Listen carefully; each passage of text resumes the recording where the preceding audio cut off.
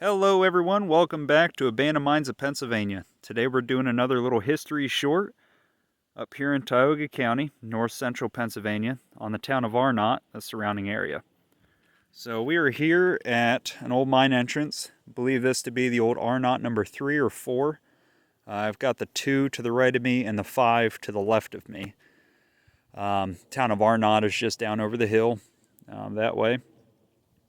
And so coal was first discovered in this area around 1792 when they were cutting a road in. In 1810, a guy by the name of Peter Clemens was the first one to open up a mining operation. It was sold locally and then up into Painted Post, New York, and Elmira, and even up into Albany, New York. In 1826, there was some iron ore in the area as well, and Judge Knapp had opened up a iron furnace. 1840 was the big break for this area when the railroad was brought down from Painted Post into Blossburg, which is just to my east.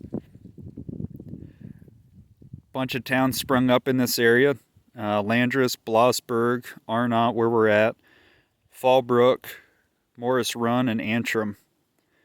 In 1847, they found some of this sand rock, as they called it, was good for making glass, and so they'd opened up a glass works.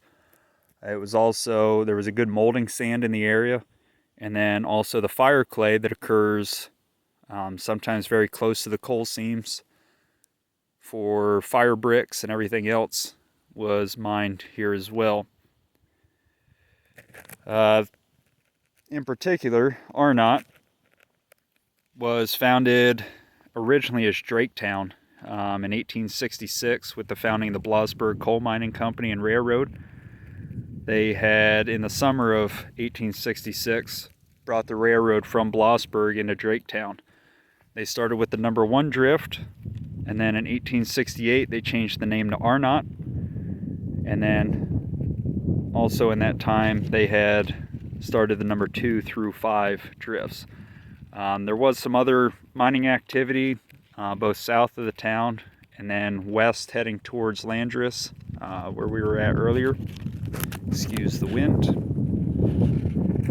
This town peaked in about 1833 with 3,500 to 4,000 residents. In 1899, there was a coal strike that started the demise, and then in 1922, the drift mining had ended for this area, even though strip mining did continue.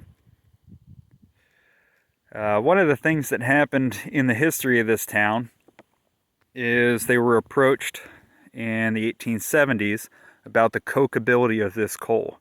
And so when I talk about the cokeability of the coal, with a semi-bituminous, which this is, which is just a high-grade bituminous coal, and other bituminous coals as well, if you heat it in an oxygenless environment, it'll drive off your volatile matter and your impurities and leave you with a purer form of carbon that is really good for use in the steel industry, making iron, blacksmithing. It has many, many uses.